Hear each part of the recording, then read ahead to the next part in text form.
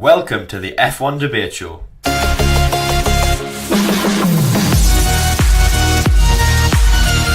Could the possibility of McLaren going into Formula E become a reality? We talk about the future of DRS.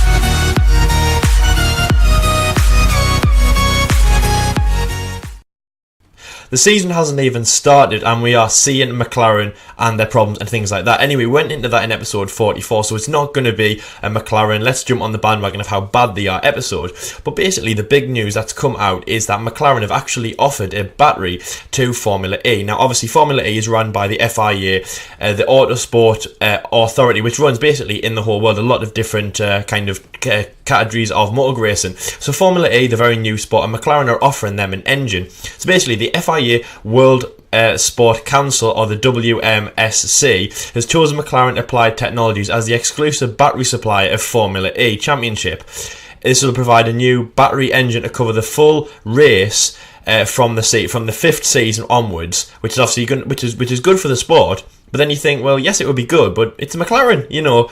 So basically, the talk is obviously, they're very excited to have McLaren on board. This is McLaren's the applied technology, so it runs a little bit differently in a McLaren Formula 1 team. But when people hear that it's McLaren, then they'll think, well, McLaren are in Formula 1, not Formula E.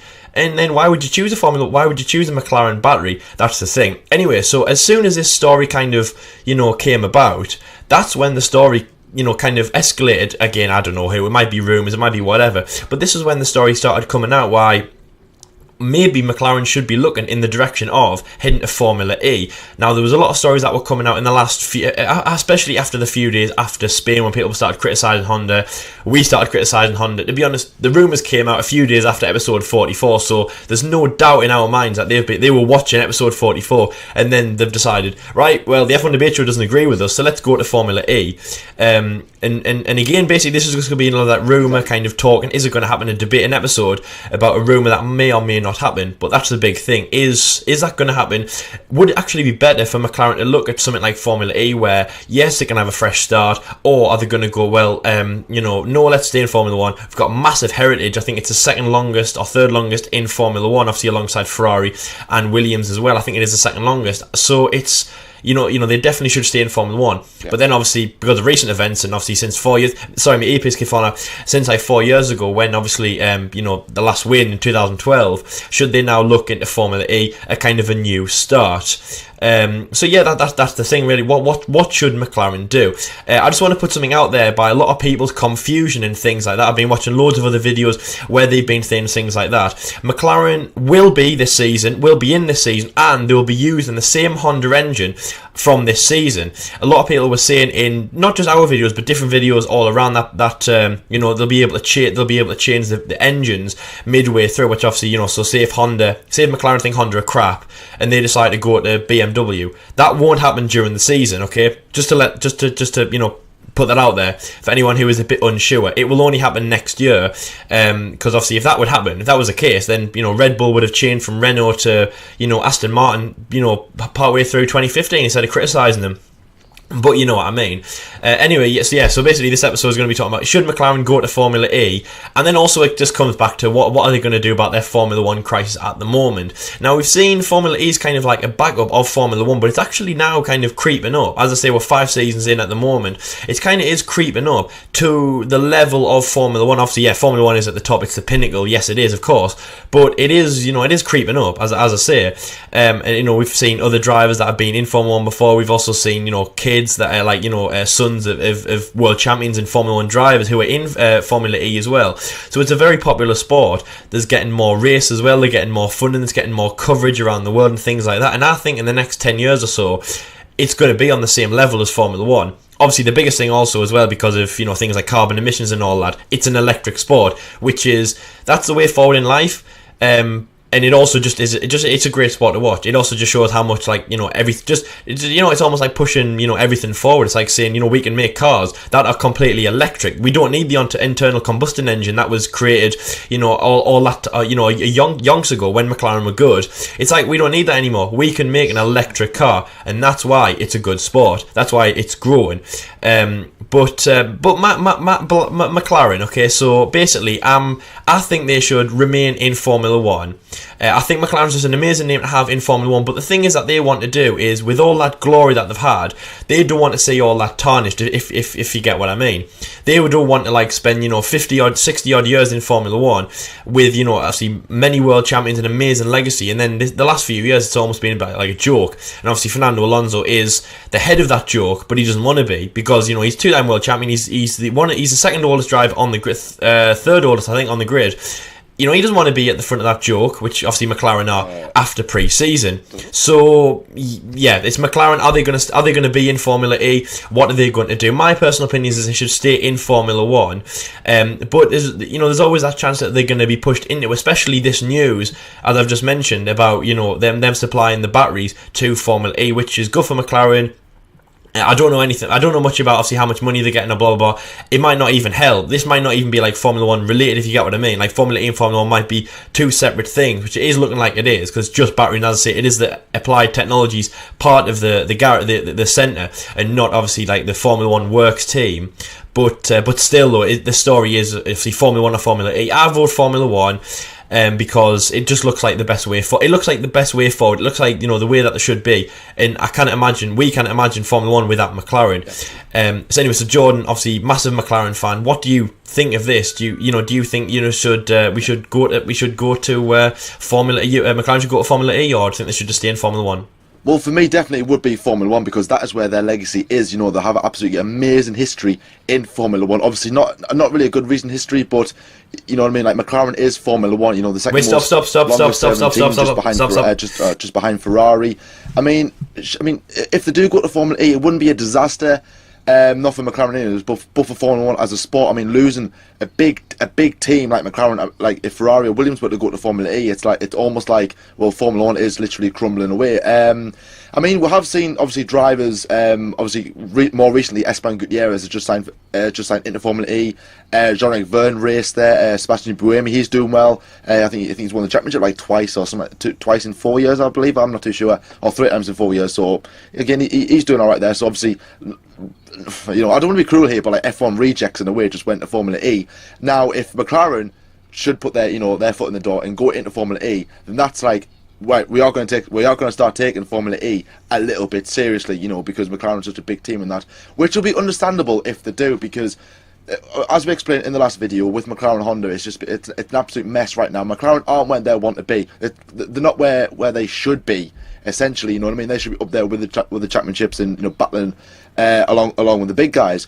But I was thinking to myself the other day when Lyle brought this subject up.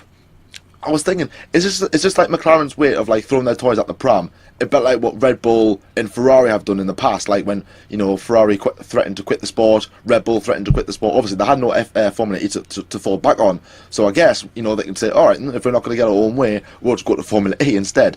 But I mean, providing like an engine or battery or whatever to Formula E, that's good for McLaren, because they're on the technology side, it's really, really good. I mean, a lot of things have that were invented in Formula 1, like the F ductor, if you remember that back in 2010, that came from McLaren. The KERS, that came from McLaren. A lot of things came from the McLaren technology side of things. So again, going to Formula E, that's also going to boost that side of the sport as well, and go further in the technology side on that part.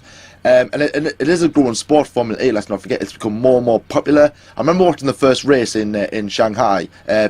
Beijing, sorry, and the Beijing E-Prix, I think it was called then, and I didn't like it, to be totally honest with you. I thought, oh my god, this is so boring. I mean, obviously they are quiet as well, but I mean, it's just, what is that? I mean, come on, guys, you don't be hearing that. I watched it a couple of times with the London, E-Prix or whatever, or E-Prix or whatever, however you say it.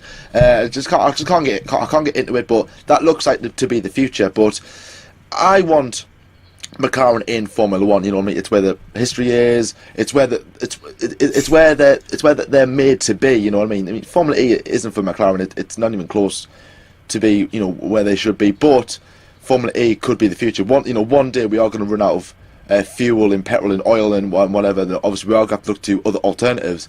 And Formula E looks to be the future. And I think, if a big driver such as Vettel, Hamilton, Alonso jumps into Formula E, then we'll go, this is going to be a very, very, very serious. I mean, Jensen Button might jump into Formula E. You never know. I mean, when like an F1 driver, retires or gets old, he can obviously go to Formula E and end his career there. But yeah, I mean, again, that could be like McLaren. But then again, it's just like you really have ruined that legacy of McLaren if they do go to Formula E. I hope that isn't the case. Obviously, let us know your opinions in the comment section below. Should McLaren go to Formula E or should they stay in Formula 1? DRS! Alright, okay. Ever since its introduction in 2011, DRS has been one of the most talked about and controversial topics in recent Formula 1 history. Now, we all know that Formula 1 is full of controversial, rules changes. Obviously, most recently, the V6 engines. 2017 has seen it, but, the old school style back, obviously with the aggressive look and everything. However, DRS is still there, it's still lingering there, and a lot of people and a lot of fans aren't really too happy about it. Ross Brawn came out about a month ago, actually at the first test, and said that hopefully one day that DRS can be removed because he just doesn't like it. And what they have said is that possibly after China, they are going to evaluate Australia and China because the DRS zones there, they are very, very different. And what they're going to do is that they're actually going to look to extend the DRS zone. Now, you're probably thinking, well, hang on, why would they do that? Well, basically because obviously with the new rules and everything, the DRS isn't going to become very effective because the cars, obviously, I think have more drag, I believe. So obviously, the DRS isn't going to be as useful. Obviously, when you're in within 1 second of a car, the DRS should help you to close the gap and overtake with ease. This season it isn't going to be like that because obviously with the airflow being different, the cars looking different, it's not going to really benefit the driver from behind. So maybe extending it might obviously evaluate favour the driver to overtake in a longer space, or maybe just getting rid of it altogether and possibly bringing back some of the skill to the driver. Because if you remember when we had the engineer on the radio telling the drivers how to start a Grand Prix, obviously they banned that and gave it back to the drivers. So obviously gain more control to the driver instead of it being technology. And obviously DRS, it's like the biggest driver aid there is because it is a topic where it's like you could look at it on both sides and think, right, okay, so DRS, the good side of it is that it increases overtaking. It makes racing more exciting. Probably, I think there's been like more overtakes in the past 10 years than there has been in the last 15 or 20 or 25 or whatever it was. I think I've seen, or actually might have been 30 years. So again, that's good for the fans. Exciting racing. But on the bad side of things, it's like, I mean, I remember I seen something where Juan Pablo Montoya said it's like giving Picasso Photoshop. It's like, what's the point? It's like, giving the driver an overtake aid, you take that skill away. And also as well, if this does come into place, if they either extend the DRS zones or do have another alternative or get rid of it, GB3, obviously the third series down to Formula 1, is going to introduce DRS for the first time for the 2017 season. And a lot of people have said, you have got to be kidding me. Like, literally, I'm very surprised at how many people aren't happy about that, because they were saying it's like, okay, so you're gonna give a driver who's got a lot to learn about racing, you're gonna take a skill away from him, and he's just gonna be it's gonna be rubbish at the end. He's not gonna be a good driver. GP2 introduced it a couple of years ago. I think it was 2013. I think that was their first season when they had DRS, and again, a lot of people weren't happy about that. So it is a topic where it's like, are you with DRS or are you without DRS? What should Formula 1 do? Should they keep DRS or should they should they just ban it, get rid of it? Let us know your opinions in the comment section below. But let's have Lyle say on this, because obviously I know he would have very, very eager he is to have his say about DRS. Obviously, I mean, Lyle, have you been a fan of it ever since it got introduced? And do you think DRS should stay in Formula 1, or do you think should it go?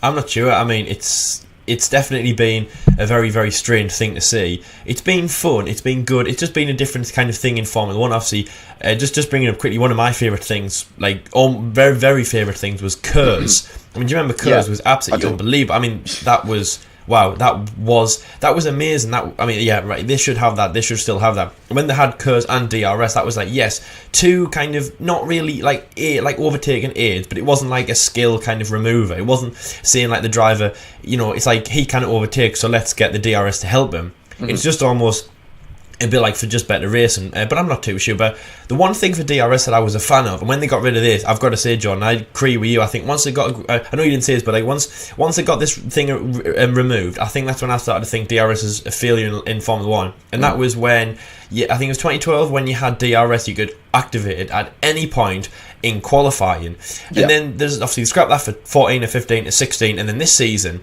For just just obviously even qualifying, you could only use it in the 2 zones, probably the 2 straights because of safety. But I just thought though in 2012 it was great because also it was giving the driver kind of the option of how far he wanted to push the car, and if anything that was a skill in itself because obviously as you know you can't press the brake, because if as soon as you press the brake the DRS will shut. That's for safety. That's always been like that. But it's almost like when a driver isn't braking, let's say for like a sweeping corner, let's say maybe like Shanghai, you know that like swervy corner before obviously you get the kilometre long straight. It's a bit like that. If a driver doesn't brake, if he just wants to kind of like yield the car around, he can have the DRS open or anything like that. It just shows how I think that's a skill. That was a skill in its own. And obviously as soon as they got rid of that, they could only open it in the safe zones. And it's I don't know. There's mixed feelings about it though, John. But you're totally right. These cars are just, DRS, I just don't think it'll help. Obviously, the rear wing's so low and they've got the shark fin as well. It won't help. I mean, yes, it'll be there. Pointless. It probably will give them a minor time difference and stuff like that. But, for the sake of that, they may as well just take it out. But apart the thing about GP3 as well is obviously, I know you said you're getting less experience for that driver, but it's almost like I think the fans are going mad. Because GP3 and Formula 2 are now like Formula 1. Because obviously GP3 and Formula 2 have louder engines. And then if GP3 gets DRS, it will be Formula 1. Do you know what I mean? It'll be the old Formula 1, V8 and DRS. You know what I mean? It needs then all it needs is Kerrs and bloody Michelin tyres, and then it'll be Formula 1. And then a Maldonado, right? But I think that. Do you know what? I think that's a big reason also why they're going mad. It's just not right. But at the end of the day, though, if they don't think, a quick thing about DRS is that if you remember back in 2012 when Michael Schumacher retired from the I think it was the Canadian Grand Prix when his DRS wouldn't shut, that would then also be. On that side of things, that would be a good thing for the drivers, because if that were to happen again and you were to retire because of a DRS failure, and that wouldn't have happened obviously back in 2008, 2009 or whatever, then obviously that's like, okay, you've got a less of a chance of retirement. So again, there's like a positive for DRS not being around. So again, it's just a back and forth. I remember Fernando Alonso in Bahrain 2012, John. I remember he had that problem. He had about 3 times when the DRS would open. It flipped upwards, didn't it? I believe. And then they came at the pits and they had to kind of like whack it down. I know what you mean. It could cause more problems. An easy way to say this is because it could cause more problems than it has solutions, good things about Formula 1.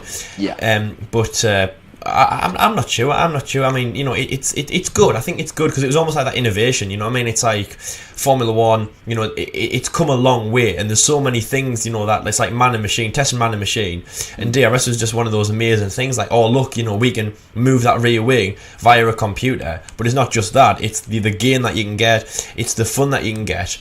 But I think though, when they first brought it in, obviously for like the second decade of 2010, really, they're supposed to be like effective for us, like the 2010 and all that, and it's probably the close to proximity racing we saw like for the championship in things like 2010 and 2012 as well. It was supposed to help overtake and just kind of make racing better. So some teams really got the edge over them. I mean, you'd see some teams like Ferrari were quite good with it. You'd see Ferrari flying down straight and things like that, and one of the best benefits was obviously when you saw things like in Bahrain for some reason was a big one, because I think it has a long main straight. As long with DRS, it's a very fast. Because when you're in 7th gear, obviously remember when you only had 7 gears. Back in the day, sometimes the drivers could burn the engines out completely because the engines couldn't take. You'd be on 7th gear for ages, and I think it beyond that limit. Yep, I think I'm sure Mark Webber had one in China. I can't remember which year it was, but I think he had like a blowout in China, a bit like a tyre blowout, but this was an engine blowout because, you're pushing the engine to the max, obviously, before they got the 8th gear. Anyway, back at Bahrain, obviously, it was just amazing to see things like Force India and Sauber and Manor, overtaking people like Red Bull, Mercedes, Ferrari, McLaren, back in the day, obviously. Because of DRS. Yeah. But I don't know. We see a lot of strange things in Formula 1 before. We've seen things like Sauber overtaking Mercedes at some point, but DRS, and that's a big thing. I think this is the biggest thing kind of to stop on. It's like, because of the cars, because of the layout, because of the smart, the lower down and wider rear wings, the shark fins, DRS might be next to obsolete. So there might just be no point of it in Formula 1 anymore. You know what I mean? Only time will tell. Not needed. But anyway, that's a good point to end the F1 debate show. Obviously, it hasn't been a week of just full of information. No. But that's because it's the calm before the storm. Because obviously they're all getting ready for what happens tomorrow, which is obviously the Australian Grand Prix. Oh, it's Mother's Day, I think. Is it? Wow. I think. Oh, make sure you buy your mother something nice. But no, it's the Australian Grand Prix, obviously. So they're keeping quiet for that. They're keeping ready for that. Obviously, they don't want to give too much away. Anyway, so thank you very much for watching episode 45. So obviously, hopefully you joined us for the GP preview show for Australia, and also you're watching the first race of the season, which is Australia. We're inside the weekend at the moment at Albert Park. Absolutely unbelievable. Formula 1 is back, and Australia is amazing just because obviously it's like I said a few episodes ago, I think it was last year, it's like the rubbing your eyes, like the 5 a.m, like the are we up? We're up. Yeah. It's kind of like we're up. It might be tiring, but we're up. And obviously with the new cars, you have no idea what can come. And remember, guys, just remember this one moment, which we all remember. Me, Jordan and myself remember this loads. Was last year when obviously David Croft or whoever you watch it with said the 5 lights are out, they were off, and then about a second afterwards, Sebastian Vettel jumped Nico Rosberg, and then obviously remember that was the moment when we all thought this is Ferrari are back. Ferrari's back. You know what I mean? Ferrari's back. Forza Ferrari. But I just remember that. I mean, what is going to happen tomorrow? It's amazing, absolutely amazing. Anyway, so you'll have to watch our GP preview show if you haven't already to find out what happens, and obviously watch the real race to see what does happen. We'll see you in episode 46, and until then, see you later.